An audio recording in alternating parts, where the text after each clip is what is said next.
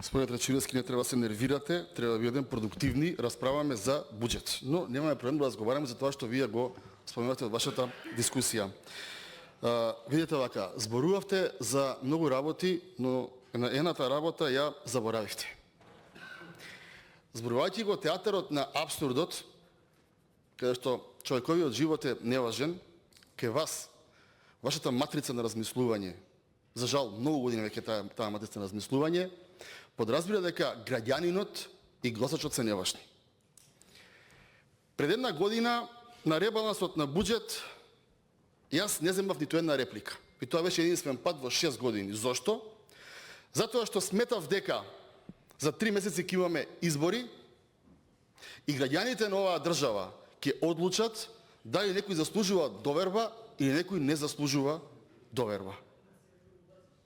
Бидејќи игрите на зборови, кој што направил, кој што завршил, кој што не завршил, се податливи за определен временски период. Мегданот во секоја демократија се вика избори. Што викаше Војше абдицираше Вашиов, што учел политика на пазарот во Горни Милановац, тоа е празник на демократијата.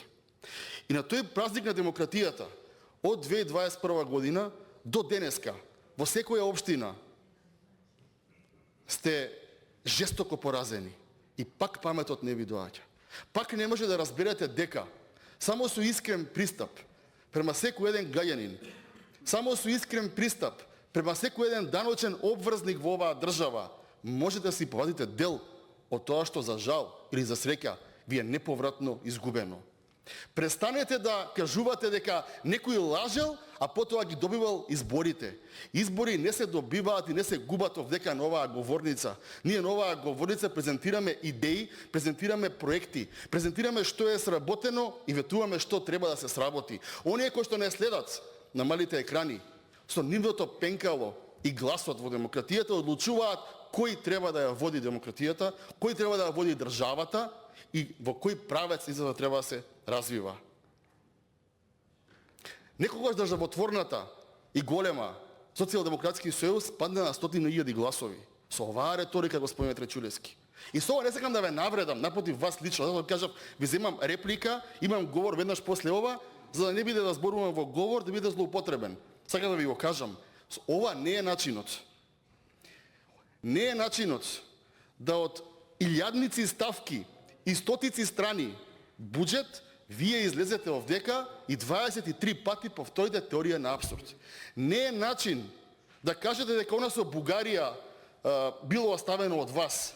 Господин Рачилевски, па пругата кон Бугарија уште од Бранко времето се ветуваше уште 90-ти години како алтернатива на ембаргото со Грција. Тоа беше политички маневар во кој сакавме да покажеме Грција не блокира, но ние ќе направиме пруга до Бургас и оттаму ќе земаме нафта. Таа идеја не ја измислив јас, ниту пак вие. Ама јас не си ја предпишувам дека јас сум ја измислил. Вие си ја предпишувате дека вие сте измислили таа идеја. Тоа беше геостратешки потек во 90-тите години. Дали бил добар или лош е друго 23-то. Бугарија немаше предвидено пред 2 години, кога вие бевте државен секретар во транспорт и врски, Бугарија во својот буџет немаше предвидено средства за изградба на оваа пруга. Се направија дипломатски офанзиви, се разговараше во Брисел и Бугарија си ги предвиде тие пари и сега ќе имаме пруга. Благодарам. Баравте да се гордеете, еве ви причина да се гордеете.